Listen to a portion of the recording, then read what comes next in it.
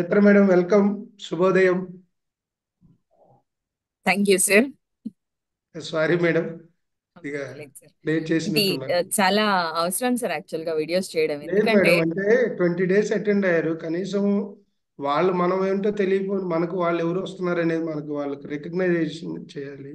అవును, తర్వాత అవును సార్. కనీసం మీతో ఇంటరాక్షన్ ఉండాలంటే ఖచ్చితంగా వీడియో ఆన్ చేయాలి కదా. అవును. ఎవ్రీడే ఇంత గట్టిగా చెప్పట్లా, నేను లాస్ట్ డేస్ 2 డేస్ కాబట్టి కొంచెం గట్టిగా చెప్పాల్సి వచ్చింది. Thank you madam. ఓకే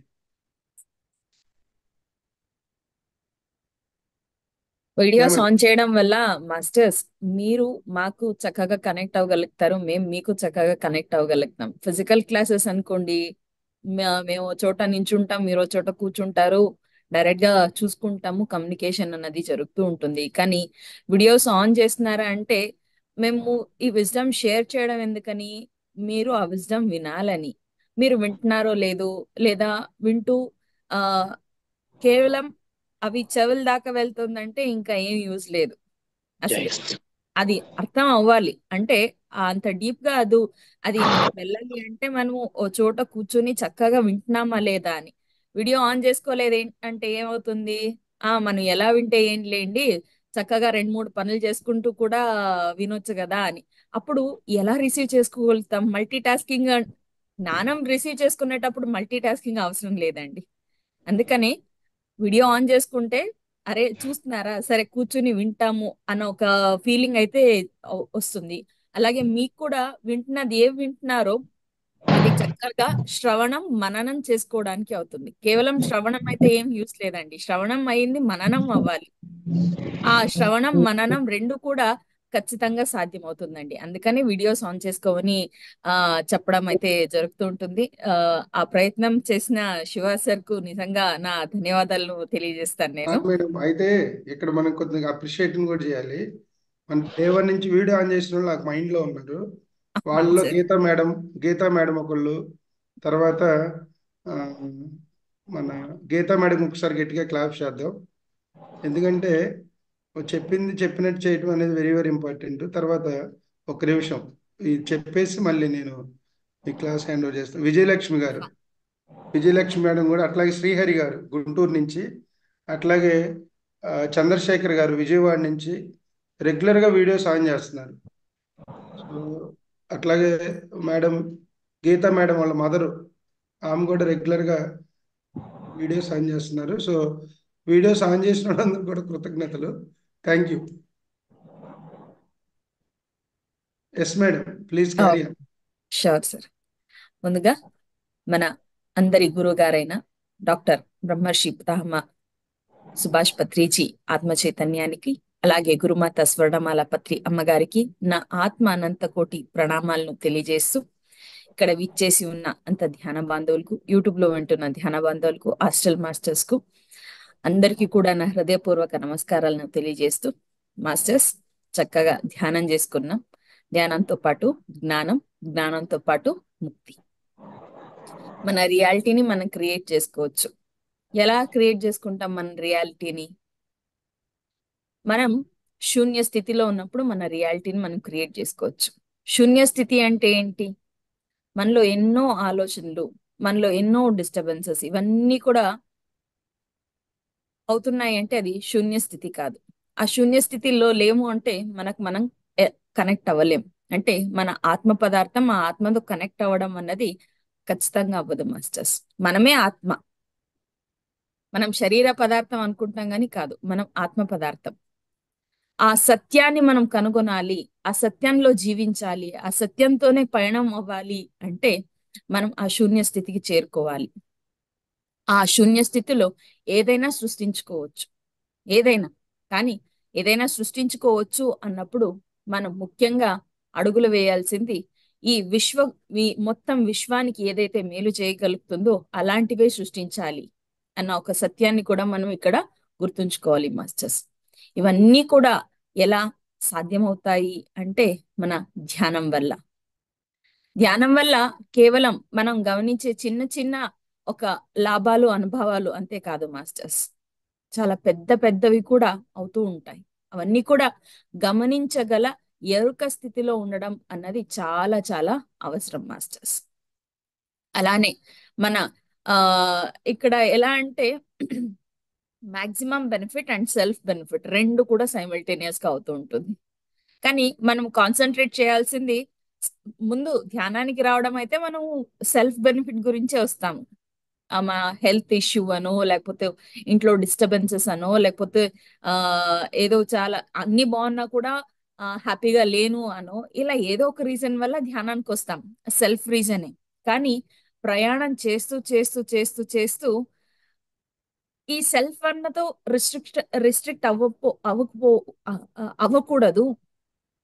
ఈ యొక్క బెనిఫిట్ అనేది మాక్సిమం యూనివర్స్ అంతా కూడా వ్యాప్తి చెందాలి అని మనం ప్రయాణం ముందుకు సాగిస్తాం. ఆ యూనివర్స్ ని మనం టేక్ కేర్ చేస్తే ఆబ్వియస్ గా మనం కూడా టేక్ కేర్ అవుతాం మాస్టర్స్. ఈ సత్యం ని మనం గుర్తించుకుని గమనించుకుని ఇలా మన ప్రయాణంని కొనసాగించాలి అని వినవిస్తూ, ఇవాళ లైఫ్ ఆఫ్ ఓషో, ఆయన ఎలా ఏంటి అన్నది ఒక సత్యాన్ని మనం అర్థం చేసుకుందాం మాస్టర్స్. ఆయనకు సంబంధించిన విజ్డమ్ ని, జ్ఞానాన్ని మనం తెలుసుకుందాం ఇవాళ. ఎవరు ఈయన రజనీష్ ఓషో? ఏంటి అసలు ఆయన గురించి ఎందుకు తెలుసుకోవాలి మనం? మరి మన పత్రిజీ గారే చెప్పిన ఎన్నో సూత్రాలు ఉన్నాయి కదా, ఎంతో జ్ఞానం ఉంది కదా, మరి ఎందుకు ఈయన గురించి కూడా తెలుసుకోవాలి అంటే, మనం ఎంత ఎక్కువ స్పిరిచువల్ మాస్టర్స్ లైఫ్ తెలుసుకుంటామో, ఎంత వాళ్ళు షేర్ చేసిన ఎక్స్పీరియన్సెస్ ని ఎంత రిసీవ్ చేసుకుంటామో, అంత ఎక్కువ జ్ఞానాన్ని మనం పొందగలుగుతాం మాస్టర్స్. చిన్న ఉదాహరణ, మా కజిన్ ఒకతను బి ఫార్మసీ చేసేవాడు. బి ఫార్మసీ చేసేటప్పుడు నేను క్యాజువల్ గా డిస్కషన్ చేస్తూ ఉంటే, ఎలా ప్రిపేర్ అవుతావు, ఎప్పుడు కూడా ఊరికే వస్తూ ఉంటావు కదా నువ్వు, అసలు ఏం సంగతి అంటే, తను ఒకటి చెప్పాడనమాట. ఏంటంటే, నేను ఆ కూర్చొని ముందు నుంచి ఎందుకు ప్రిపేర్ అవుతాను, మా కాలేజ్ లో ఒక టాపర్ ఉంటారు, వేరే కాలేజ్ లో ఇంకో టాపర్ ఉంటారు, మరో కాలేజ్ లో ఇంకో టాపర్ ఉంటారు, ఈ టాపర్ నోట్స్ అంతా నేను కలెక్ట్ చేసుకుంటాను, దాంట్లో నాదొక నోట్స్ ప్రిపేర్ చేసుకుంటాను, చాలు, that will be more than enough for me అని. అండ్ దట్ ఈస్ హౌ నేను మంచి రిజల్ట్స్ తీసుకోగలుగుతున్నాను అని. ఇలాగా వా వాళ్ళ ఆ, ఒక మొత్తం మనము ఈ ప్రపంచంని గమనిస్తే, ప్రతి ఒక్క మాస్టరు వాళ్ళదైన ఒక జోన్ లో ఆ ఎన్నో ఎక్స్పెరిమెంట్స్ చేసి, ఎంతో ఆ జ్ఞానాన్ని చాలా సింపుల్ ఫామ్ గా మనకు అందిస్తారు మాస్టర్స్. అవన్నీ కూడా మనం కలెక్ట్ చేసుకుని చదవడం అంటే, మన మన ఆ ఒక సత్యాన్ని అర్థం చేసుకునేలాగా మనం వాటిని చదివామనుకోండి, వాళ్ళు ఏ జర్నీ అయితే కంప్లీట్ గా ఫేస్ చేస్తుంటారో అదంతా కూడా మనము ఎక్స్పీరియన్స్ అవుతాం. సో అందుకని ఎంత ఎక్కువ మంది స్పిరిచువల్ మాస్టర్స్ ఉన్నారో వాళ్ళందరిది కూడా, వాళ్ళు ఏం జ్ఞానం అయితే పంచాలనుకున్నారో ఆ జ్ఞానం అంతా కూడా మనం రిసీవ్ చేసుకోవాలి అన్నది. మాస్టర్స్ తో ఎక్కువ కమ్యూనికేట్ చేయాలి, మరి ఎక్స్పీరియన్సెస్ షేర్ చేయాలి అన్నది రీజన్ ఇదే మాస్టర్స్. సో అప్పుడు చక్కగా వాళ్ళు ఏ సత్యాన్ని అర్థం చేసుకున్నారు, దాన్ని బహు కోణాల్లో మనం కూడా అర్థం చేసుకోగల స్థితి మనకు ఉంటుంది, అవకాశం ఉంటుంది. అండ్ దానివల్ల మన ఆత్మస్థితి ఇంకాస్త ఇంకాస్త ముందుకెళ్తూ ఉంటుంది. అలాంటి చక్కటి ఒక మహాద్భుత గురువు రజనీష్ ఓషో. ఆయన ఆధ్యాత్మికతను చ- చాలా డిఫరెంట్ గా అర్థం చేసుకోవాలి అన్నట్టుగా, ఆ ఒక సింపుల్ అండ్ రియాలిటీ, ఆ ట్రెడిషనల్ కాన్సెప్ట్స్ ఏదైతే ఉన్నాయో వాటిని అన్నిటిని కూడా బ్రేక్ చేసి, ఆ ట్రెడిషనల్ కాన్సెప్ట్స్ లో లాగా కాకుండా ట్రెడిషనల్ కాన్సెప్ట్స్ అన్నవి బ్రేక్ చేసి ఈ ఒక సత్యాన్ని బోధించే ప్రయత్నం చేసిన తను రజనీష్ ఓషో గారు. అంత అద్భుతమైన ఒక వ్యక్తి గురించి మనం ఇవాళ తెలుసుకుందాం మాస్టర్స్. ఈయన 1931 డిసెంబర్ 11న జన్మించడం అన్నది జరిగింది. మధ్యప్రదేశ్ లోని కచ్వాడా అనే గ్రామంలో ఈయన జన్మించడం అన్నది జరిగింది. ఆ వాళ్ళ తల్లిదండ్రులు సరస్వతి జైన్ మరి బాబులాల్ ఒక జైన్ కుటుంబంలో వీళ్ళు జన్మించడం అన్నది జరిగింది మాస్టర్స్. సో వీరికి చదవడం అనేది చాలా ఇష్టం, కానీ స్కూల్కి వెళ్ళడం అంత ఇష్టం లేదు. ఈయన స్కూల్కి వెళ్ళడం ని ఎలా ఫీల్ అయ్యేవారు అంటే జైలుకి వెళ్ళేలాగా ఫీల్ అయ్యేవారు అనమాట. చిన్నప్పుడు వాళ్ళ నాన్నగారు స్కూల్ దగ్గరికి తీసుకెళ్లి, ఏంట్రా స్కూల్ వెళ్ళడానికి నీకు ఇష్టమేనా అంటే ఆయన లేదు నాకు ఇష్టం లేదు అని అన్నారు. ఆయన కూడా స్కూల్కి పంపించారు. ఆ స్కూల్ కాంపౌండ్ గోడ ఇవన్నీ ఉంటాయి కదండి, అవన్నీ చూస్తే ఆయనకు జైలు లాగా ఫీల్ అయ్యేది. ఎందుకు ఇలా వెళ్ళి బంధింపబడి చదవాలి అన్న ఫీలింగ్ ఉండేది ఆయనకు. కానీ ఆయన 8th స్టాండర్డ్ కని వచ్చేసరికి ఎన్నో వేల పుస్తకాలను చదివారు ఆయన. చదవడం ఇష్టం, కానీ ఈ ట్రెడిషనల్ వేలో స్కూల్కి వెళ్ళి సర్టిఫికేట్స్ తీసుకొని నాలెడ్జ్ పొందాలి అన్న ఒక సిస్టమ్ ఉంది చూడండి, దానికి ఆయన ఇష్టం వ్యక్తం చేసేవారు కాదు. ఆ ఒక సిస్టమ్ అన్నది ఆయనకు చాలా చాలా విసుగొచ్చేదన్నమాట. ఎందుకు ఇలా అంటే ఫ్రీ లెర్నింగ్ అన్నది it should happen with Joy. నేర్చుకోవడం చదువుకోవడం అన్నది జ్ఞానాన్ని పొందడం అన్నది ఒక ఫ్రీడమ్ తో ఒక జాయ్ తో జరగాలి. ఇబ్బంది పెట్టేసి మరి నేర్పించడం అలాంటివి ఆయనకు నచ్చేది కాదు. ఆయన ఆ డిగ్రీ పూర్తి చేసుకున్నారు, మాస్టర్ డిగ్రీ పూర్తి చేసుకున్నారు. మరి అలాగే జబ్బల్పూర్ యూనివర్సిటీలో ఆల్మోస్ట్ ఒక 9 ఏళ్ళు ఆయన టీచింగ్ ప్రొఫెషన్ లో ఉన్నారు. అండ్ ఆ టీచింగ్ ప్రొఫెషన్ లో ఉన్నప్పుడు ఎన్నో ఎన్నో సాధనలు చేశారు, ఎంతో రీసెర్చ్ వర్క్ చేశారు ఆయన. ఆ 9 ఏళ్ల తర్వాత ఆయనకి అనిపించింది నేను ఇలానే ఉంటే అవ్వదు, అందుకనే ఈ మొత్తం ఈ టీచింగ్ ఇవన్నీ కూడా చేంజ్ అవ్వాలి. అంటే ఇది మానేసి నేను మొత్తం ప్రపంచాన్ని తిరగాలి, బోధించాలి, తెలుసుకోవాలి, కమ్యూనికేట్ చేయాలి, చాలా మందితో కమ్యూనికేట్ చేయాలి అని ఆయన ఆ 9 ఏళ్ల నుంచి ఏం టీచింగ్ అయితే చేస్తున్నారో దానికి ముక్తాయింపు చెప్పి ఆయన ప్రపంచం మొత్తం తన బోధనల్ని చెప్పడం, మరి ఎంతో మాస్టర్స్ ని కలవడం అన్నది జరిగిందండి. మరి అలాగే ఈయన బాల్యం గమనిస్తే ఆయన్ను చాలా చాలా ప్రభావం చేసింది ఎవరు అంటే వాళ్ళ అమ్మమ్మ, తాతయ్య గారు అని చెప్తారండి. అంటే ఈయన జన్మించిన తర్వాత ఎక్కువగా పెరిగింది వాళ్ళ అమ్మమ్మ తాతయ్య గారితో అని. ఇద్దరు చాలా గ్రేటెస్ట్ సోల్స్, వాళ్ళ అమ్మమ్మ మరియు తాతయ్య. వాళ్ళ తాతయ్య నుండి నే చాలా నేర్చుకుంది ఉంది అని అంటారు.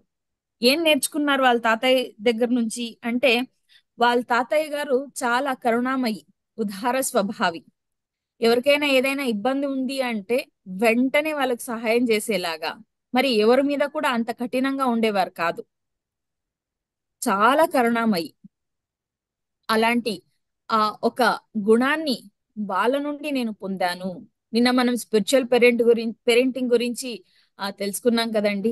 ఎందుకు స్పిరిచువల్ పేరెంటింగ్ చాలా చాలా ఇంపార్టెంట్ అంటే దీనికేనండి. చూడండి, చిన్నప్పుడే ఒక ఆ బేబీ పైన ఎలాంటి పరిణామం అన్నది ఉంటుంది అన్నది. వాళ్ళ తాతయ్య ఏం సపరేట్ గా కూర్చొని ఓషా నువ్వు ఇలా ఉండాలి ఇలా అలా ఏం లేదు, కానీ ఆయన వారిని చూసి ఏంటి ఎలా అన్నది ఎలా ఉంటే అద్భుతంగా ఉంటుంది అనేది ఆయన నుంచి చూసి నేర్చుకున్నారు. మరి అలాగే వాళ్ళ అమ్మమ్మ గారు కూడా చాలా చాలా, ఆవిడ ఇంకా మహాజ్ఞాని, ఇంకా చాలా ఎక్కువ ప్రభావం ఏమైనది ప్రభావం చెందారు ఆ వారి అమ్మమ్మ గారి వల్ల.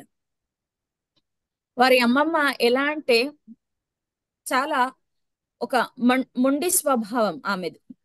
ఎలా ఎలా మొండి స్వభావం అంటే ఏ పట్టు పట్టరాదు, పట్టితే విడవరాదు అంటారు కదా, అలాగనమాట. ఏదైనా సాధించాలి అని అనుకుందో అది ఖచ్చితంగా సాధించి తీరుతుంది. మధ్యలో వదిలేయడం అవన్నీ ఏం లేదు. సో ఆ ఒక స్వభావం ఈయన్ని చాలా ఇన్ఫ్లుయెన్స్ చేసింది. ఈయన కూడా అలాగే ఏదైనా సాధించాలి అని పట్టు పట్టితే ఖచ్చితంగా అది సాధించే తీరేవారు. ఆ ఒక స్వభావం ఆ వాళ్ళ అమ్మమ్మ గారి వల్ల వచ్చిందండి. ఆమె వల్ల ఆయన తీసుకున్నారు అది. అలాగే వాళ్ళ అమ్మమ్మ గారు ఎలా అంటే ఇంకో మహాద్భుతమైన ఆ ఆ, జ్ఞానాన్ని అందించిందండి. ఏంటి ఆ మహాజ్ఞానం ఆ ఆ, తల్లి అందించింది అంటే, ఉదాహరణకు ఒక స్వీట్ అనుకుందాం. మనం పిల్లలు ఎవరైనా వచ్చి మనల్ని స్వీట్ అడిగారు అనుకోండి, చాక్లెట్ అడిగారు అనుకోండి, మనం ఎలా చేస్తాము? ఒకటి ఇస్తాము. ఇంకోటి అడిగారా, ఇంకోటి ఇస్తాము. మూడోదో నాలుగోదో అడిగేసరికి మనం ఏం చెప్తామంటే, వద్దొద్దు పళ్ళు పుచ్చిపోతాయి, లేకపోతే కడుపులో బాగుండదు, తినమాకు, నేను ఇవ్వను అని చెప్పి వాళ్ళని రిస్ట్రిక్ట్ చేసేస్తాం. కానీ ఆవిడ అలా కాదండి. ఎన్ని అడిగినా సరే, 30 40 సరే అడిగినా సరే ఇచ్చేది. వద్దు తినమాకు అని అస్సలు అనేది కాదు. ఎన్ని అడిగినా ఇచ్చేది. ఓషో గారికి ఇది ఒక డౌట్ క్రియేట్ అయింది. వాళ్ళ అమ్మమ్మ గారితో కమ్యూనికేట్ చేశారనమాట.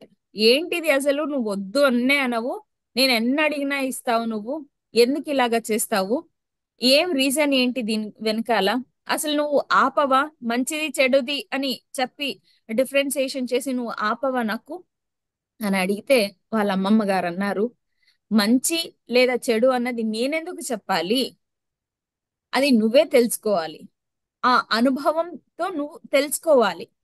ఎప్పుడు అది తెలుసుకుంటావు అంటే, నీకు ఏదైతే ఇష్టమో అని ఎక్కువ సేవించాలి అనుకుంటున్నావో, ఆ ఎక్కువ ఎంతవరకు ఎక్కువ అవుతుంది అంటే, ఏదో ఒక పాయింట్ ఆఫ్ టైంలో విసుగొచ్చేస్తుంది, జిగుప్స్ వచ్చేస్తుంది దాని గురించి. ఆ టైంలో నువ్వు రియలైజ్ అవుతావు అది మంచా చెడా అని. ఆ రియలైజ్ అయినప్పుడు దాన్ని వదిలేయాలా లేదా పట్టుకోవాలా అని నీకు తెలుస్తుంది. అప్పటిదాకా నేను రిస్ట్రిక్ట్ చెయ్యను అని అంటుంది. ఎంత అద్భుతం అండి. మనం చెప్పి నేర్పించాలి, మనం చెప్పి జ్ఞానాన్ని పంచాలి అనుకుంటాము. కానీ ఆవిడ అనుభవంతో జ్ఞానం రావాలి అని అడిగినన్ని ఇచ్చేది. తిని తిని తిని విసుగొచ్చేసి, వామ్మో ఇది నాకు మంచిది కాదు, నేను ఇంక దీన్ని తినడం మానేయాలి అనే దాకా ఆవిడ ఇచ్చేది. ఎప్పుడు ఎక్కువ ఇస్తూ ఇస్తూ అది మంచిదా చెడ్డదా అన్న ఒక అనుభవ జ్ఞానం ఆ వ్యక్తికే రావాలన్న ఒక సిద్ధాంతం ఆమెది. ఎంత అద్భుతం అండి అసలు. అంతే కదా. అందుకనే మనం పిల్లల్ని ఇంట్లో ఆ చూసుకునేటప్పుడు కూడా వాళ్ళని ఎక్స్పీరియన్స్ చేయనివ్వండి, వాళ్ళు అనుభవం పొందనివ్వండి అని అనడం ఇదే రీజన్ అండి. మరి ధ్యానం గురించి కూడా ఎన్నో డౌట్స్ వస్తుంటాయి. ఆ డౌట్స్ కు ఎవ్వరు కూడా చక్కగా సమాధానం చెప్పలేరండి. మరి ఎవరు చెప్తారు అంటే, మనం ధ్యానంలో కూర్చున్నప్పుడు మనల్ని మనం కనెక్ట్ అయినప్పుడు వస్తుంది సమాధానం. అదే కరెక్ట్ సమాధానం. మరి అవన్నీ ఎలా తెలుసుకోవడానికి వీలవుతుంది అంటే, ధ్యానం అనుభవంతోనే. నేను 10 చెప్తాను, అది నాకైన అనుభవాలు. కానీ మన్ మీరు అది అలానే చేస్తే మీకేం అనుభవాలు వచ్చాయి, మీరు ఏం తెలుసుకున్నారు, అది చాలా ఇంపార్టెంట్ అవుతుందండి. అందరూ మాస్టర్స్ చెప్పింది వినాలి, మననం చేసుకోవాలి. కానీ నేను ఎక్స్పెరిమెంట్ ఖచ్చితంగా చేయాలి. ఇప్పుడు పిరమిడ్ చాలా ఎక్కువ ఎనర్జీస్ ఇస్తుంది అన్నాం అనుకోండి, దాన్ని ఎక్స్పెరిమెంట్ చేయాలి. అవునా? విన్నాము, మహాద్భుతం అనిపించింది. కానీ అది నిజమా కాదా అని తేలాలి కదా. అంటే ఎక్స్పెరిమెంట్ చేయాలి కదా. అందుకనే పత్రిజీ గారు మనందరినీ కూడా spiritual scientist, be a spiritual scientist, PSSM లోకి వచ్చిన వాళ్ళందరూ కూడా స్పిరిచువల్ సైంటిస్టే అని అంటారు. ఎందుకంటే ఎక్స్పెరిమెంట్, ఎక్స్పీరియన్స్, 5 E's చెప్తాం. ఎక్స్పెరిమెంట్, ఎక్స్పీరియన్స్, ఎక్స్ప్రెస్, మళ్ళీ ఆ ఒక ఎన్లైట్మెంట్, ఆ ఎన్లైట్మెంట్ తో ఎవాల్వ్మెంట్ అన్నది అవుతుంది అని. ఏదైనా సరే ఎక్స్పెరిమెంట్ చేసామంటే మనకు ఒక అనుభవం వస్తుంది, ఎక్స్పీరియన్స్. ఆ ఎక్స్పీరియన్స్ ని మనతోనే ఉంచుకోకూడదు, ఎక్స్ప్రెస్ చేయాలి, నలుగురితో పంచుకోవాలి. పంచినంత పెరుగుతుంది జ్ఞానం. అందుకనే అక్కడ ఏమవుతుంది, ఎన్లైట్మెంట్ అవుతుంది. జ్ఞానం పెరిగే కొద్దీ మనకు జ్ఞానోదయం అవుతుంది, ఎన్లైట్మెంట్ అవుతుంది. ఎన్లైట్మెంట్ అవుతుంది అంటే ఒక స్థితి నుంచి ఇంకో స్థితికి మనము ఖచ్చితంగా షిఫ్ట్ అవుతాము. అదే ఎవాల్వ్మెంట్. సో అంత అద్భుతమైన జ్ఞానాన్ని ఆవిడ ఆ చిన్న వయసులోనే ఓషో గారికి అందించారు. మరి ఇంకో సంగతి ఆయన చాలా ఆకట్టుకుంది వాళ్ళ అమ్మమ్మ గారి వల్ల ఏంటి అంటే, వాళ్ళ తాతయ్య గారు బాడీ వెకేట్ చేస్తారు. వాళ్ళ తాతయ్య గారు బాడీ వెకేట్ చేస్తారు. బాడీ వెకేట్ చేసినప్పుడు ఈయనేమో చాలా బాధపడుతున్నారు. వాళ్ళ అమ్మమ్మ గారేమో అసలు ఏం బాధపడట్లేదు. ఈయన అడుగుతాడనమాట, ఎందుకు అమ్మమ్మ, నీకు తాత అంటే చాలా ఇష్టం కదా, మరి ఎందుకు నువ్వు ఏం బాధపడట్లేదు అంటే, వాళ్ళ అమ్మమ్మ గారు అంటారు, నేను కూడా నీతో పాటే బాధపడితే నీకు సత్యం అర్థం అవ్వడానికి దూరం అయిపోతావు, నాకు అది ఇష్టం లేదు. అందుకనే, అంటే సత్యం ఏంటి? ఒక బాడీ వెకేట్ చేస్తుంది సోల్ అంటే దుఃఖం వస్తుంది కదా, అది సత్యం కాదు. మరి సత్యం ఏంటి? బాడీ అంతే ఇక్కడ లేదు, కానీ ఆత్మ ఎటర్నల్. ఆత్మ అన్నది ఎటర్నల్, ఆత్మకు చావు లేదు. బాడీని ఇక్కడ ఈ జన్మలో ఈ దేహాన్ని నేను పొందానంటే, ఈ ఆత్మ పొందిందంటే ఈ దేహం అన్న ఒక ఆ బండి ద్వారా అనుభవాలు పొందడానికి, ఈ ఒక జన్మలో తాను తీసుకోవాలన్న, ఆ ఆత్మ తీసుకోవాలన్న అనుభవాలన్నీ తీసుకుంది అనుకోండి, తీసుకున్న తర్వాత బాడీ వేకేట్ చేస్తుంది. ఈ ఒక, ఇప్పుడు ఒక ఊరు నుంచి ఇంకో ఊరికి వెళ్తున్నామండి, వెళ్ళేటప్పుడు బస్ ఎక్కుతామండి, ఊరు వచ్చేసిందంటే దిగిపోతాం కదా, అలానే బస్సులోనే ఉండిపోతామా? లేదు కదా.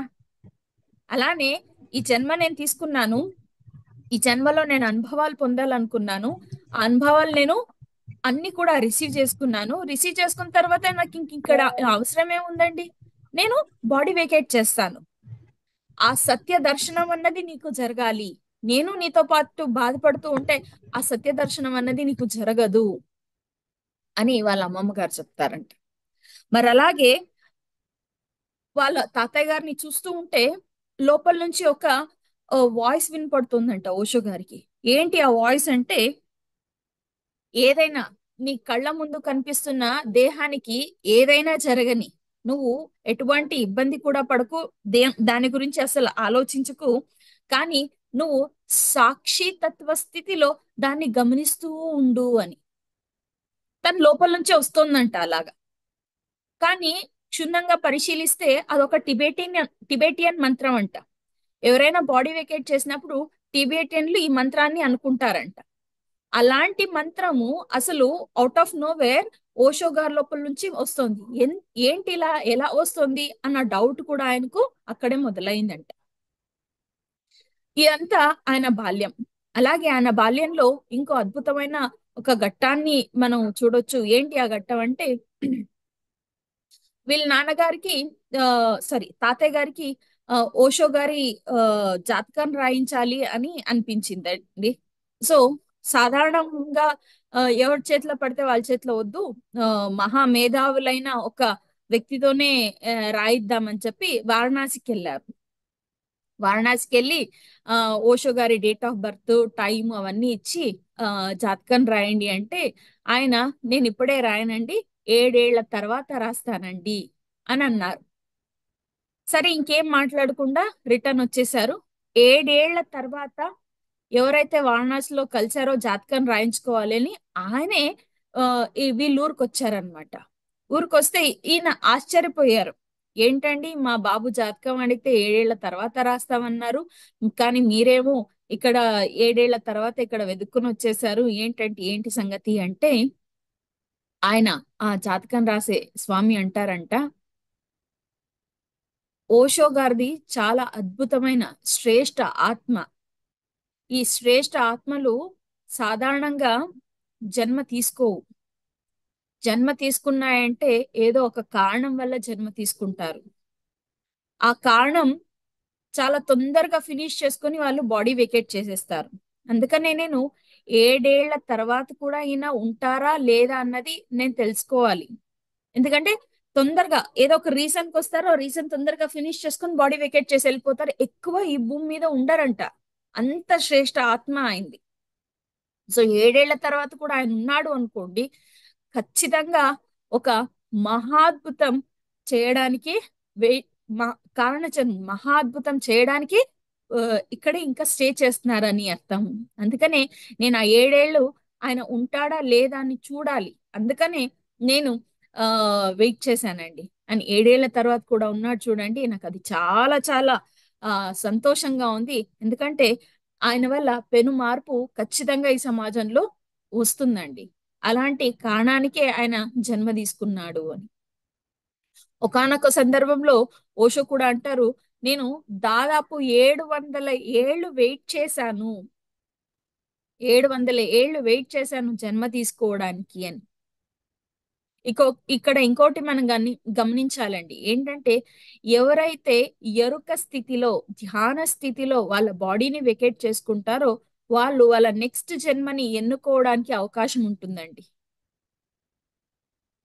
అంటే కాన్షియస్నెస్ గా మనం బాడీ వెకేట్ చేసేటప్పుడు కాన్షియస్నెస్ గా ఉండటం, ఆ కాన్షియస్నెస్ గా ఉండటం అన్నది జరిగితే, ఆ కాన్షియస్నెస్ గా ఉండటం, ఆ కాన్షియస్నెస్ లో ఆ ఒక్క బాడీ వెకేట్ చేయడం అన్నది జరిగితే నెక్స్ట్ జన్మ ఏదైతే ఉంటుందో దాన్ని ఎన్నుకోవడం అన్నది ఖచ్చితంగా ఆ సోల్స్ కి అవుతుందండి. అంటే ఎంత కాన్షియస్నెస్ గా ఉండాలి, ఎలా ఉండాలి అన్నది మనం ఇక్కడ గమనించుకోవాలి. మరి అలాగే ఓషో గారు వాళ్ళ ఎంటైర్ ఎడ్యుకేషన్ ఏదైతే ముగించుకున్నారో ఆ ముగించుకున్న వెంటనే ఆ సర్టిఫికెట్స్ అంతా పక్కన పడేశారంట. ఎందుకంటే ఆయనకు ఇదివరకు మనం తెలుసుకున్నలాగా ఆ స్కూల్కి వెళ్ళడం, ఆ సిస్టమ్ ఏదైతే ఉందో ఆ సిస్టమ్ అన్నది నచ్చదండి. ఎందుకంటే అక్కడ లెర్నింగ్ ఫ్రీడమ్ అన్నది లేదు ఆయన ప్రకారంగా. కేవలం మార్క్స్లు ఆ రాబట్టే మెషిన్స్ లాగా పనిచేస్తున్నాయి, అంతేగాని ఒక వికసిత జ్ఞానాన్ని అందించేలాగా లేవు అన్నది ఆయన ఒపీనియన్ అండి. అందుకనే ఆ సర్టిఫికెట్స్, మార్క్స్ అవన్నీ ఏవైతే ఉన్నాయో వాటన్నిటిని పక్కన పెట్టేశారు. ఇవన్నీ కూడా పనిచేయవు. ఎప్పుడు కూడా స్వయంగా నేర్చుకోవడమే అసలైన నేర్చుకునే విధానం, సత్యాన్ని తెలుసుకునే విధానం.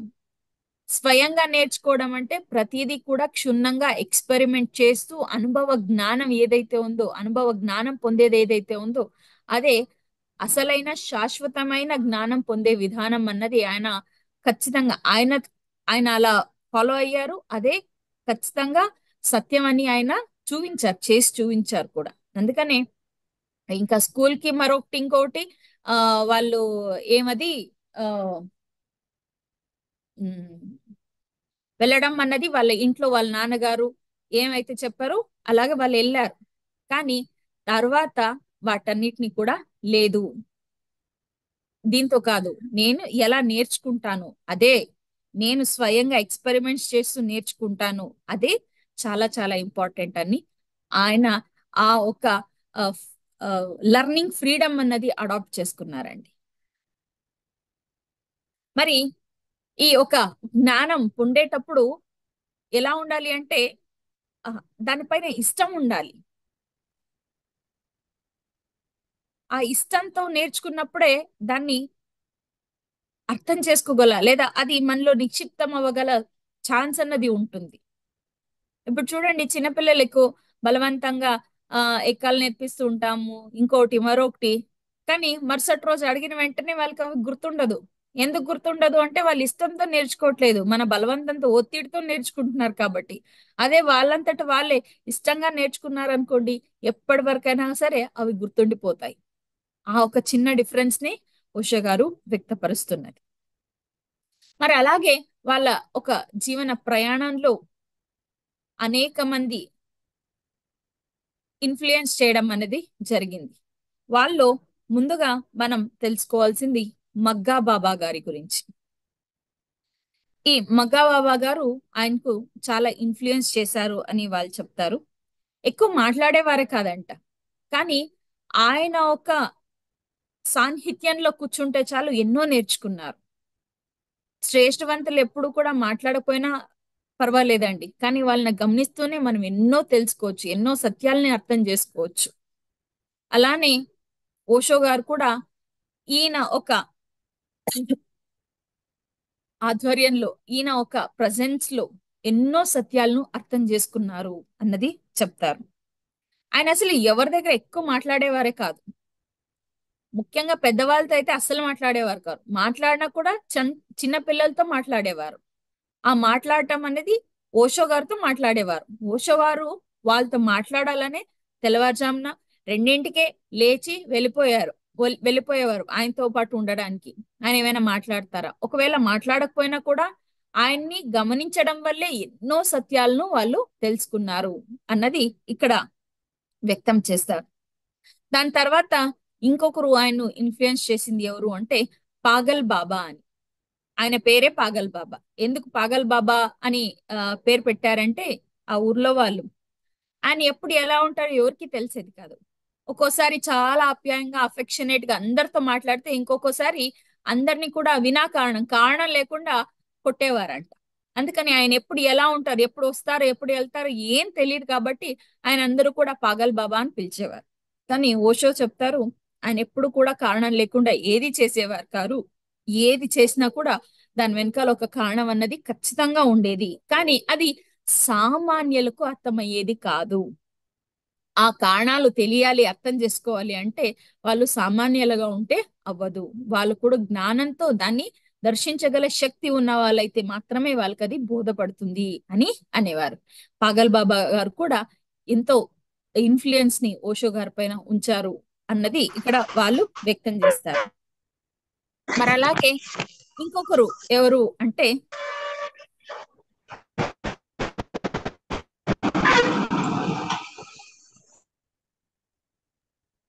1 minute, madam. Yes, madam. So మరొకరు ఆ, ఓషో గారిని ఇన్ఫ్లుయెన్స్ చేసింది ఎవరు అంటే మాస్తో బాబా.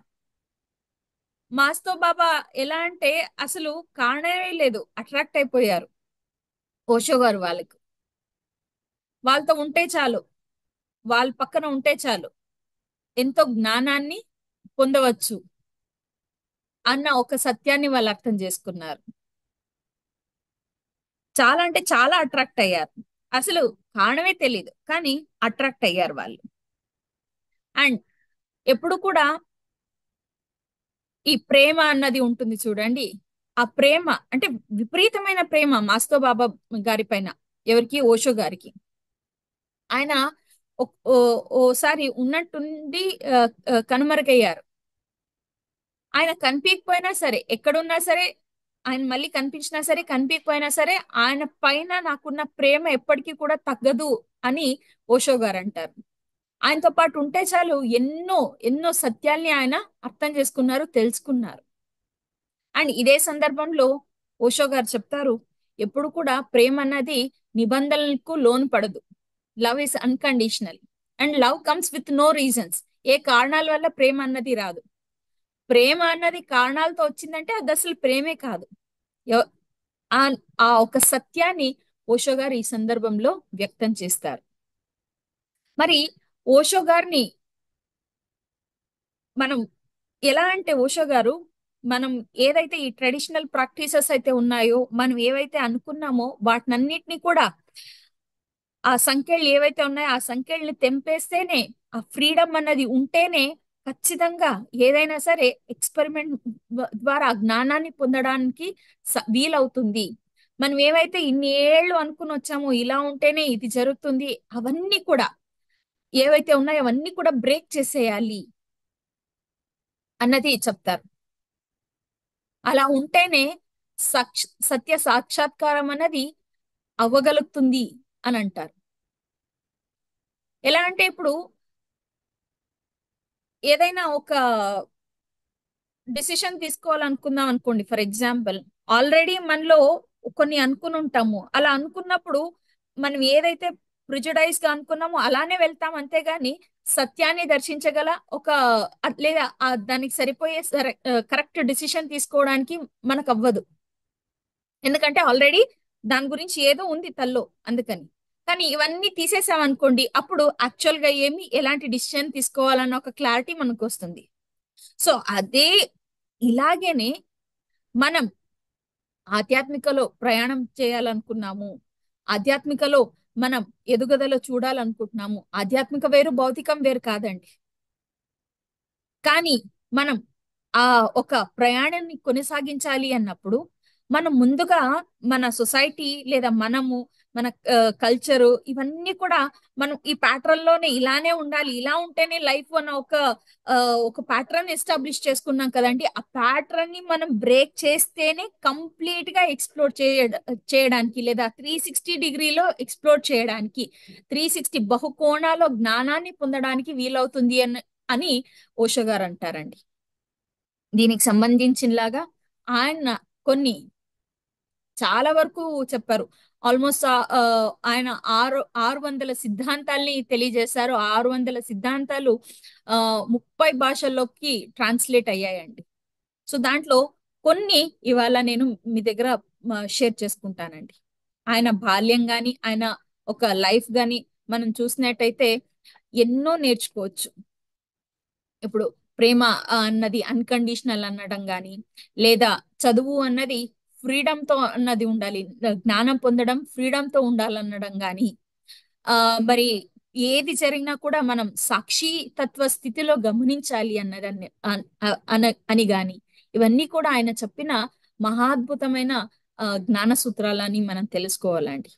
అలానే ఆయన ఇంకొన్ని ఆ, చాలా చెప్పారు. దాంట్లో కొన్ని నేను సెలెక్ట్ చేసుకుని ఇవాళ మీ ముందు ప్రజెంట్ చేస్తున్నానండి.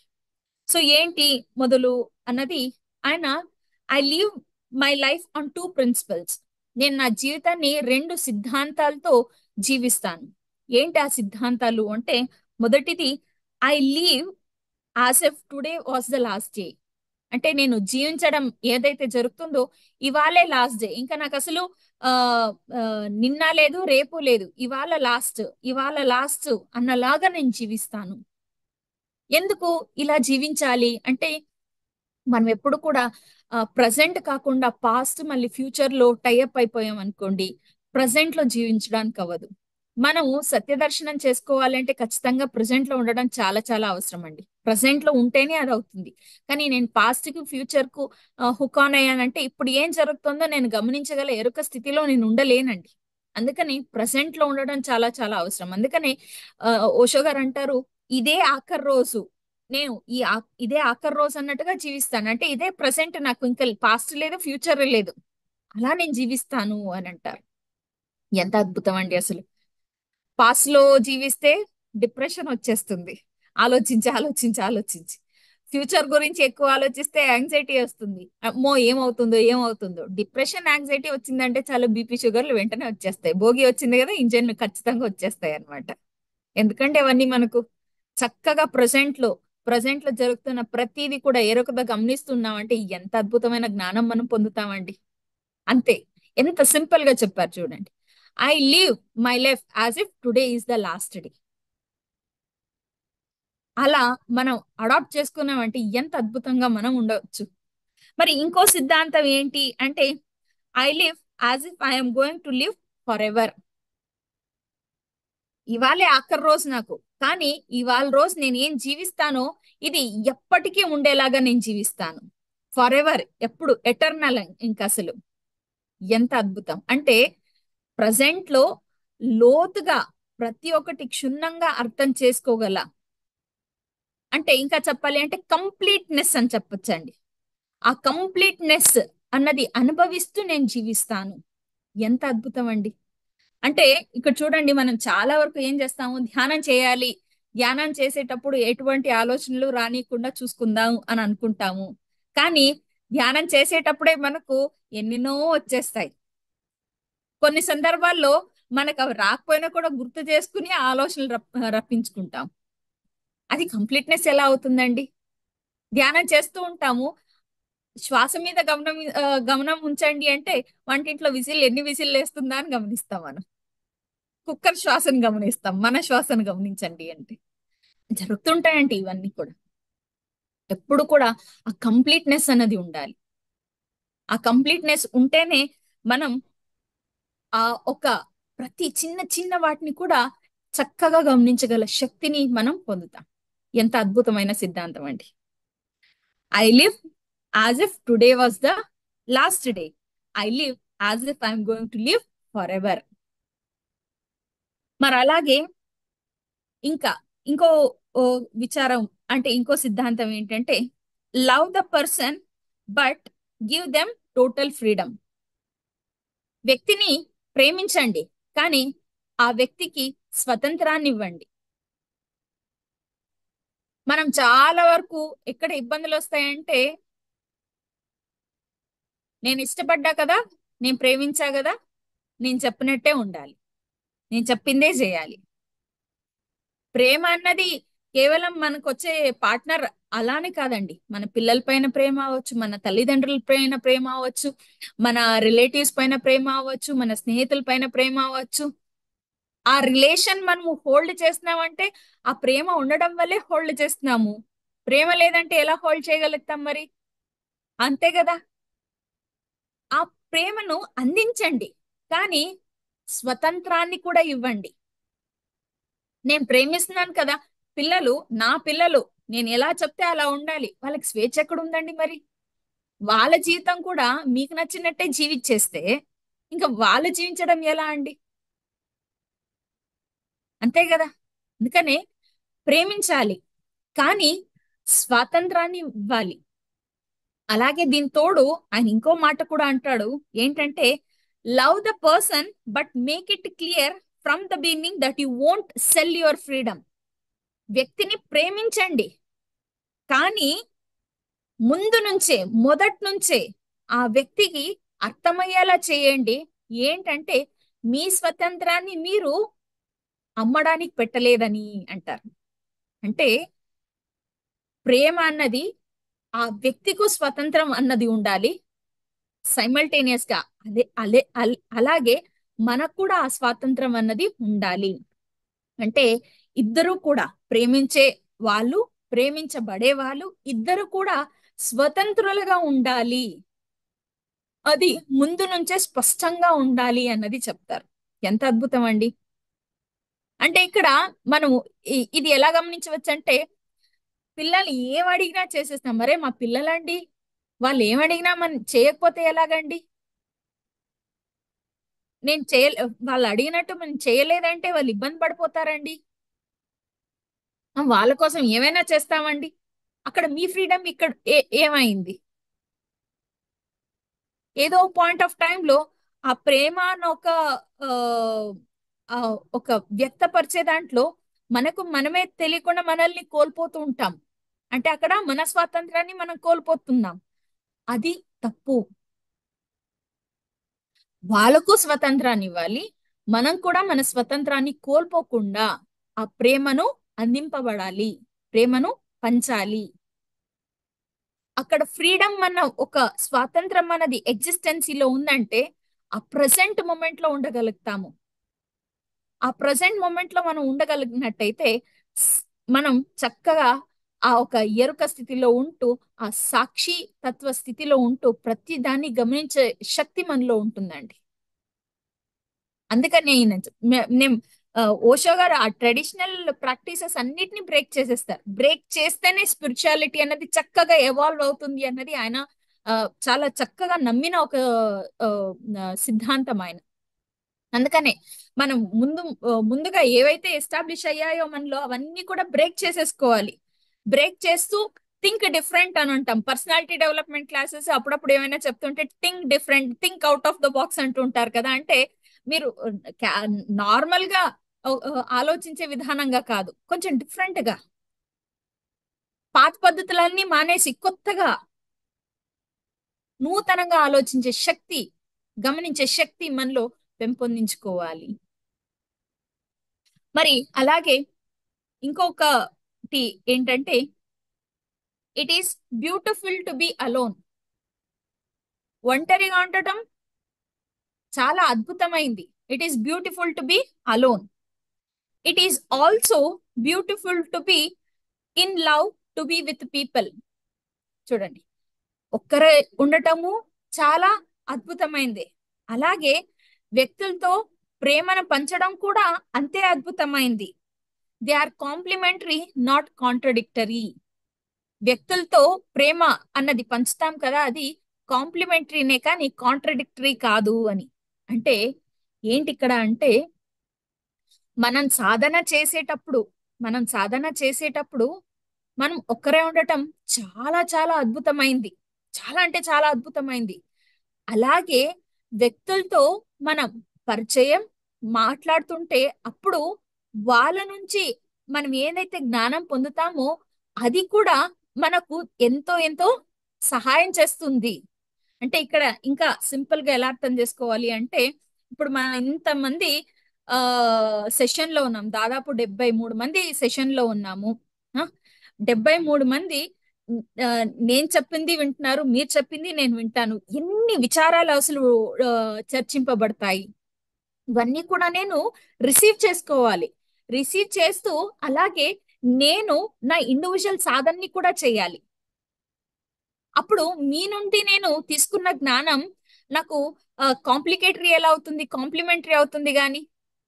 అంటే మీ ద్వారా నేను జ్ఞానాన్ని పొందగలుగుతున్నాను, అప్పుడు అది ఇబ్బంది ఎలా అవుతుంది? సంతోషమే కదా. ఆ రిసీవ్ చేసుకున్న జ్ఞానాన్ని నా ఒక ఇండివిజువాలిటీ, అంటే నా ఆత్మస్థితికి ఔన్నత్యాన్ని చెందడానికి నేను ఉపయోగించుకుంటున్నాను అంటే అది మహాద్భుతమే కదా. అంటే ఇక్కడ మన ఒక్కరి సాధన కూడా జరగాలి, అలాగే మనతో పాటు అందరి సాధన కూడా జరగాలి. ఇది ఎంత అద్భుతంగా చెప్పారు చూడండి ఆయన. It is beautiful to be alone. ఒక్కరే ఉండడం చాలా అద్భుతం. అలాగే వ్యక్తులతో ప్రేమ వ్యక్తుల్ని ప్రేమించడం కూడా అంతే అద్భుతం.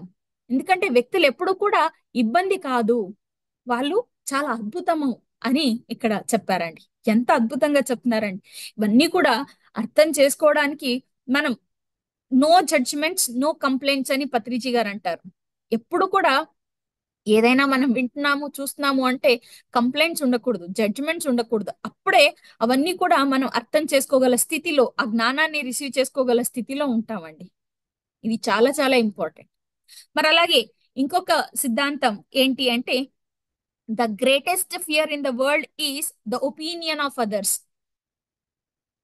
ఎవరేమనుకుంటారో అని ఆలోచిస్తాం చూడండి, అదే చాలా పెద్ద భయం. అవునా కదా? ఎవరు ఏమనుకుంటే ఏంలే అన్న వాళ్ళు ఎప్పుడు కూడా భయపడరు.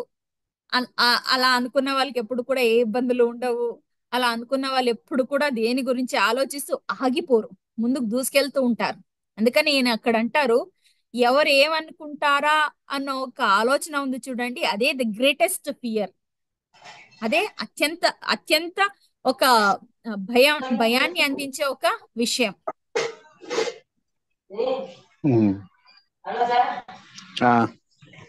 మాస్టర్స్ దయచేసి మ్యూట్ లో ఉంచుకోండి. వెంకటయ్య గారు, గౌతమి మేడం వాళ్ళని అన్మ్యూట్ చేయండి. వెంకటయ్య గారు, మీ ఇంట్లో అన్ని సౌండ్లు మాకు వినపడుతున్నాయి, చాలా అద్భుతంగా ఉన్నాయి సౌండ్స్. మ్యూట్ చేసుకోండి. వెంకటయ్య గారు, మేడం తనని ఎగ్జిట్ చేయండి మేడం. దీప్తి గారు, గౌతమి గారు, నేను host గా లేను. వెంకటయ్య గారిని క్లాస్ నుంచి తీసేయండి.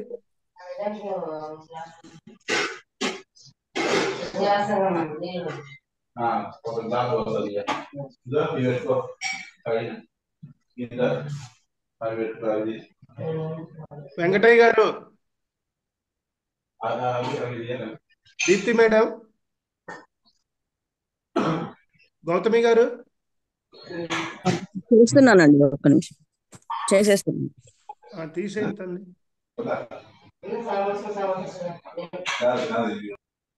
అది మన క్లాసులు వినే విధానం, ఏం చేస్తాం, అలా ఉంది.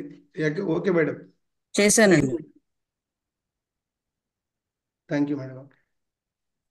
సో చాలా భయపరిచేది ఏది అంటే వేరే వాళ్ళు ఏమనుకుంటారు అని. మరి అలాగే కంటిన్యూషన్ ఏం చెప్తారు అంటే, the moment you are unafraid of the crowd, ఎప్పుడైతే ఏమనుకుంటారో అన్న ఒక భయం ఏదైతే ఉందో అది మనలో నుంచి వెళ్ళిపోయింది అనుకోండి, you are no longer a sheep. అంటే గొర్రెలాగా ఉండడం అన్నది ఖచ్చితంగా అక్కడికి ఆగిపోతుంది అని. ఎప్పుడు కూడా మనం ఎలా ఆ, మన జీవన ప్రయాణం సాగుతూ ఉంటుందంటే, వామ్మో సొసైటీ ఏమనుకుంటుందేమో అందుకనే నేను ఇది చేయాలి. మన రీసెంట్ గా కాన్వర్జేషన్ నా ఫ్రెండ్ తో, తన లైఫ్ లో జరగాల్సిన ఇంపార్టెంట్ ఆ ఘట్టాలు ఉంటాయి కదా, అవన్నీ కూడా అయ్యాయి అన్నమాట. సో ఇలానే కాన్వర్సేషన్ చేస్తూ ఉంటే ఆ, ఏమో ఇలాగా ఏదో మాట్లాడుతుంది. ఎందుకు ఇలాగా అంటే, నీకు ఇష్టం లేకుండా ఎందుకు చేసుకున్నావు మరి ఏంటి అంటే, సొసైటీ ఏమనుకుంటుందో అని. సొసైటీ ఏమనుకుంటుందో కదా, మనకేం కావాలి, మన సోల్ ప్లాన్ ఏమి, ఇది వెరీ వెరీ మచ్ ఇంపార్టెంట్ అండి. సొసైటీ ఏమనుకుంటుందో అలానే ప్రయాణం చేస్తున్నామంటే ఇంక అక్కడ గొర్రెలాగా తయారైపోయాం అనమాట మనం. ఇంకా అదేదో అడ్వర్టైజ్మెంట్ వచ్చేది ముందు, ఒక కాలేజ్ యాడ్. ఒక టాపర్ ఏ కాలేజ్ కి వెళ్ళి చేరితే మిగతా స్టూడెంట్స్ అందరూ కూడా అదే కాలేజ్ కి వెళ్ళి చేరేవాళ్ళు. ఆ మిగతా వెళ్ళే వాళ్ళని గొర్రెల్లాగా చూపించారనమాట. ఎక్సలెంట్ మేడం, నిజంగా అద్భుతమైన పాయింట్ చెప్పారు. సూపర్. సో మనకి ఏది కావాలి అన్నది మనం గమనించుకోవాలి. సొసైటీ ఏమనుకుంటుందో అని మనము అనుకుంటుంటే ఖచ్చితంగా మనం అలానే నిలిచిపోతాము అని. కానీ ఎప్పుడైతే మనం ఈ సొసైటీ ఏమనుకుంటుందో అన్న ఒక భయం నుంచి విముక్తులయ్యాం అనుకోండి, ఆ విముక్తులైన వెంటనే మనము ఒక సింహంలాగా తయారవుతాం. సింహం చూడండి, పక్కన ఏమైనా కూడా తనకి పట్టదు, అసలు హాయిగా తన జీవనాన్ని తను సాగిస్తుంది. అందుకనే కదా అలా డెపిక్ట్ చేస్తాం సింహాన్ని, ఒక రాజులాగా అంతా కూడా. సో ఆ సింహం లాగా మనం తయారైనప్పుడు, ఆ సింహం లాగా ఉన్నప్పుడు మన హృదయంలో ఒక స్వతంత్రం అనే ఒక పెద్ద పిలుపు, పెద్ద అరుపు వినిపిస్తుంది. ఆ ఒక్క సొసైటీ ఒపీనియన్స్ నుంచి మనం విముక్తి అయినప్పుడు మనం ఎలా ఉన్నాం, ఏంటి, మనకి ఏం కావాలి, మనం ఏం చేయాలి అన్న ఆ స్వాతంత్రపు పిలుపు మనలో గట్టిగా వినిపిస్తుంది అని అన్నారండి. ఎంత అద్భుతంగా చెప్పారండి అసలు. ఈ సిద్ధాంతాలన్నీ కూడా మన జీవన విధానంలో మనం అడాప్ట్ చేసుకుని వచ్చామనుకోండి. ధ్యానం చేస్తున్నానండి, మరి మా ఇంట్లో అందరూ ఆడిపోసుకుంటున్నారండి అందుకని ధ్యానాన్ని మానేస్తాం. వాళ్ళు ఏమైనా అనుకుంటారు, మనం ఎందుకు మానేయాలండి? వాళ్ళు అనుకుంటున్నారు కదా అని, ఎవరో చూస్తున్నారు కదా అని ధ్యానం చేయకూడదండి. ఎవరో చూడట్లేదు కదా అని ధ్యానాన్ని మానేయడం కాదండి. మనకేం కావాలి, అది చాలా చాలా ఇంపార్టెంట్. మరి అలాగే అని ఇంకోటి కూడా అంటారు, the feminine is more powerful than the masculine, the soft is more powerful than the hard. అంటే ఫెమినైన్ ఎనర్జీస్, మాస్కులైన్ ఎనర్జీస్ అన్నది నిన్న ప్రస్తావన వచ్చింది. ఫెమినైన్ అంటే స్త్రీ శక్తికి సంకేతం, స్త్రీ శక్తి. మాస్కులైన్ ఎనర్జీస్ అంటే పురుష శక్తి. కానీ పురుష శక్తి కంటే ఈ ఒక స్త్రీ శక్తికి ఎక్కువ ఒక శక్తి ఉంది, మోర్ పవర్ఫుల్ అని అంటారు. Soft is more powerful than hard. ఇప్పుడు నీళ్లు చూడండి, ఆ నీళ్ళు రాయిని ఏం చేయగలదు అంటే, ఆ గట్టిగా ఫోర్స్ నీళ్లతో వచ్చే పెద్ద రాయి అయినా సరే కరిగిపోతుంది కదండి. అంటే ఆ సాఫ్ట్ కు అంత ఎనర్జీ ఉంటుంది, అంత శక్తి ఉంటుంది, కానీ దాన్ని కనుగొనాలంతే. అంటే మనలో ఆ సాఫ్ట్నెస్ ఉందంటే మనం భయపడాల్సిన అవసరం లేదు. మనలో స్త్రీ శక్తి జాగృతి చెందాలి. పత్రిజీ గారు ముందు అవేకన్ ఫెమినైన్ యువర్ సెల్ఫ్ అని అన్నారు. స్త్రీ శక్తిని జాగృత పరచుకోండి. అది ప్రతి ఒక్కరిలో కూడా, అది పురుషుడైనా సరే స్త్రీ అయినా సరే, ప్రతి ఒక్కరిలో కూడా ఈ ఒక పురుష శక్తి మరి స్త్రీ శక్తి ఉంటుందండి. అందుకనే మనం అందరం కూడా శివశక్తి స్వరూపులం అని అన్నది. నిన్న కూడా అదే అన్నాను నేను, శివశక్తి స్వరూపులం. కానీ మనలో స్త్రీల్లో సహజంగా స్త్రీ శక్తి ఉంటుంది, కానీ పురుషుల్లో కూడా ఉంటుంది. పురుష శక్తి ఎక్కువగా ఉంటుంది, ఎందుకంటే సహజంగా అలా. కానీ ఇద్దరు కూడా ఈ స్త్రీ శక్తిని జాగృత పరుచుకున్నారు అనుకోండి, ఆ సెన్సిటివిటీ అనేది ఎక్కువ అవుతుంది. ద మోర్ పవర్ఫుల్ మనం అవడానికి సాధ్యం అవుతుంది. ఎందుకు స్త్రీ శక్తి శ్రేష్టం అంటే, ఇప్పుడు ఇంట్లో అమ్మా నాన్న ఇద్దరు ఉన్నారు అనుకోండి.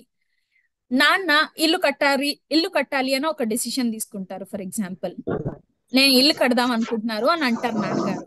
కానీ అంటే macro level, large scale thinking నాన్నది, large scale thinking. Diwakar Reddy garu mute చేసుకోవాలి. Jwala Diwakar Reddy garu. Yes madam. So నాన్నది మ్యాక్రో లెవెల్ థింకింగ్.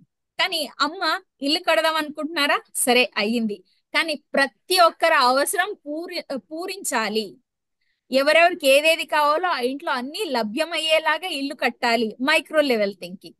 సో ప్రతి ఒక్క దాన్ని కూడా సూక్ష్మంగా క్షుణ్ణంగా ఆలోచించగల శక్తి ఆ స్త్రీ శక్తికి ఉంటుంది. అందుకనే స్త్రీ శక్తి ఈజ్ మోర్ పవర్ఫుల్ దాన్ పురుష శక్తి అని ఇక్కడ ఓషో గారు అంటారు. And soft is more powerful than hard అంటారు. అండ్ ఇంకా సింపుల్ గా చెప్పాలంటే everything which is done with heart is more beautiful అండి. సో ఇది ఓషో గారి ఒక జీవన ప్రయాణం అండి. చాలా చాలా సిద్ధాంతాలు చెప్పారు ఆయన. ఒక ఆయన లైఫ్ జర్నీ, మరి ఆయన ఎక్కువగా పాపులరైజ్ అయిన ఒక సిద్ధాంతాల్ని నేను ఇవాళ మీ ముందు ఉంచానండి. వీలైతే కాదు, ఖచ్చితంగా అందరూ కూడా ఓషో రజనీష్ గారి పుస్తకాలు చదవాలి, ఆ అమితమైన జ్ఞానాన్ని అందరూ కూడా పొందాలి అని తెలియజేస్తూ ఈ అవకాశాన్ని ఇచ్చిన తమందరికీ కూడా, ముఖ్యంగా మన గురుగారు బ్రహ్మర్షి పత్రిజీ గారికి నా హృదయపూర్వక నమస్కారాలను తెలియజేస్తున్నానండి. ధన్యవాదాలు. థ్యాంక్ యూ మేడం, చాలా అద్భుతంగా చెప్పారు. నిజంగా ఓషో జీవితం గురించి ఒక రోజు కాదు, ఒక సంవత్సరం పాటు చదివినా కూడా మనకు అర్థం కాదు ఆయన గురించి. కానీ ఒక 1 అవర్లో ఏదైతే ఇంపార్టెంట్ టాపిక్స్ అన్ని ఉన్నాయో అన్ని కవర్ చేశారు. నిజంగా ఈరోజు సబ్జెక్ట్, ప్రతిరోజు మీ సెషన్ చాలా అద్భుతం మేడం, కానీ ఈరోజు ఒక స్పెషల్ ఎఫెక్షన్ ఉంది సెషన్కి. రియల్లీ చాలా అద్భుతంగా జరిగింది. ఫ్రెండ్స్ చూశారు కదా, మేడం ఓషో గురించి చాలా చక్కగా చెప్పారు. ప్రీవియస్ మనం కాన్సెప్ట్ తెలుసుకున్నాం, ఈరోజు ఓషో జీవితం గురించి తెలుసుకున్నాం. మీకు స్వేచ్ఛ కావాలంటే ఓషో బుక్ చదవాలి, ప్రేమ గురించి తెలియాలంటే ఓషో బుక్ చదవాలి, భయాన్ని పోవాలంటే ఓషో బుక్ చదవాలి. జీవితం యొక్క ఎసెన్స్ అంటే మనం చెప్పుకుంటున్నాం కదా, ప్రతి నిమిషం ఆనందంగా ఎలా జీవించాలి అనేది క్లియర్ కట్గా చెప్పింది ఓషో గురువు గారే. కానీ ప్రపంచం ఆయన వ్యతిరేకించింది.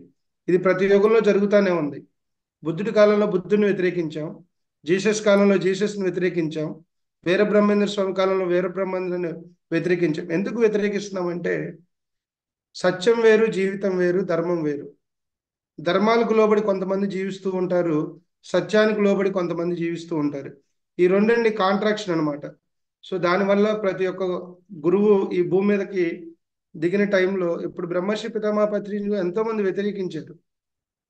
విగ్రహారాధన వద్దు, విగ్రహారాధన ఎందుకు చేయాలి, భక్తి యోగం అయిపోయింది, ధ్యాన యోగంలోకి వచ్చావు, నీకు ఆ సిలబస్తో పనే ఉంది, నీకు ఆ సిలబస్ కావాలంటే అక్కడికే వెళ్ళిపో, సాధన అవసరంలా. కాబట్టి మనం తీసుకున్న దాన్ని బట్టి మన నిర్ణయాలు ఉంటాయి. అది తప్పని కాదు, ఆ స్టేజ్ దాటి వచ్చాం. స్టేజ్ దాటి వచ్చినాక ఇప్పుడు మేడం చెప్పారు కదా, 4th క్లాస్ స్టూడెంట్స్ 5th క్లాస్లోకి వెళ్తే 4th సిలబస్ అవసరం లేదు కదా.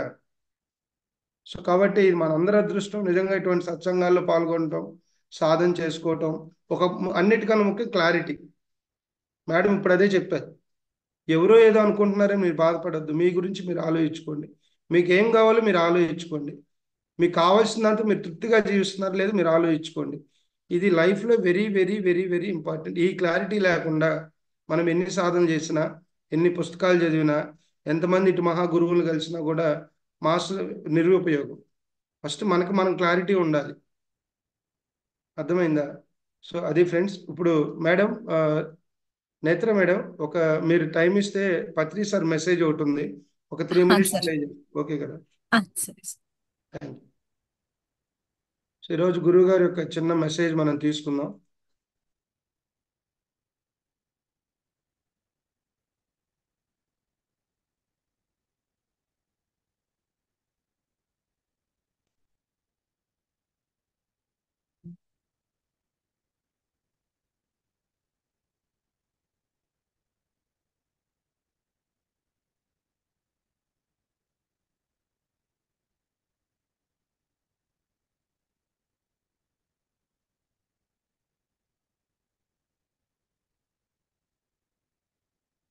తనలో సర్వంబుండగ తనలోపల వెదుకలేక ధర వెదకెడి ఈ తనువుల మోసెడి ఎద్దుల మనముల తెల్పంగ వశమే వశమే వశమే మహిళోవేమ.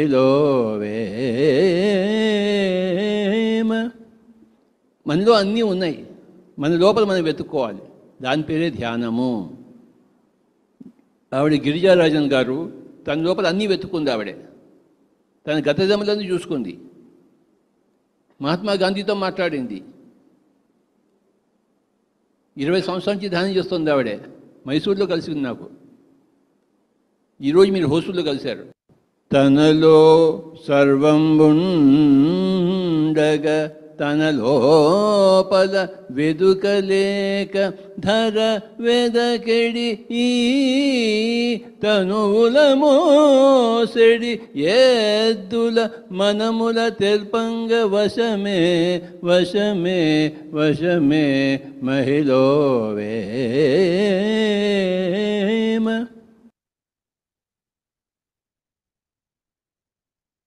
సో అది ఫ్రెండ్స్ గురుగారి మెసేజ్ అది. తనలో మనలోనే సర్వం ఉన్నాయి. శ్రీకృష్ణుడు నోరు తెరవగల విశ్వాంత తనలో కనపడుతుంటే విశ్వాంతం మనలోనే ఉంది. అవన్నీ రహస్యాలు తెలుసుకునే మార్గమే ధ్యానం. సో కాబట్టి ప్రతిరోజు సాధన చేయాలి. నేను ఒక మేడం కాల్ చేశారు, ఆమె పేరు సువర్ణ, గుంటూరులో ఉంటారు. సార్ నేను 15 సంవత్సరాల నుంచి ధ్యానం చేస్తున్నాను, పూజలు మానలేకపోతున్నాను, ఏం చేయాలని నన్ను అడిగితే, ఎందుకంటే ఇది ఎందుకు చెప్తున్నానంటే ఈ క్వశ్చన్ అందరికి ఉండొచ్చు. ఏది తప్పు కాదండి జీవితంలో, కాకపోతే మనం ఒక మార్గాన్ని ఎన్నుకున్నప్పుడు ఆ మార్గానికి అనుగుణంగా మనం ప్రయాణించినప్పుడే దానిలో మన రిజల్ట్ పొందడం అనేది జరుగుతుంది. సో మనం అంతా సాధనా మార్గంలోకి వచ్చా కాబట్టి సాధనా మార్గం నుంచి మనం వెనక్కి వెళ్ళకూడదు, ముందుకు వెళ్ళాలి. నేనే భగవంతుడని తెలుసుకోవాలంటే కొన్ని సాక్రిఫై చేయాలి. ప్రీవియస్ అవన్నీ చేసాం, అయిపోయింది. అందరిలో మనం భగవంతుడిని చూసే తత్వాన్ని మనం అలవర్చుకోవాలి. అప్పుడే మనం ఆనందాన్ని, ఆ స్థిత ప్రజ్ఞతని అవన్నీ మనం పొందుతాం. సో నేత్ర మేడంకి మరొకసారి నిజంగా ఈరోజు సెషన్ చాలా అద్భుతం మేడం, మీకు ధన్యవాదాలు. మేడంకి ఒకసారి గట్టిగా మనం క్లాప్ చేద్దాం.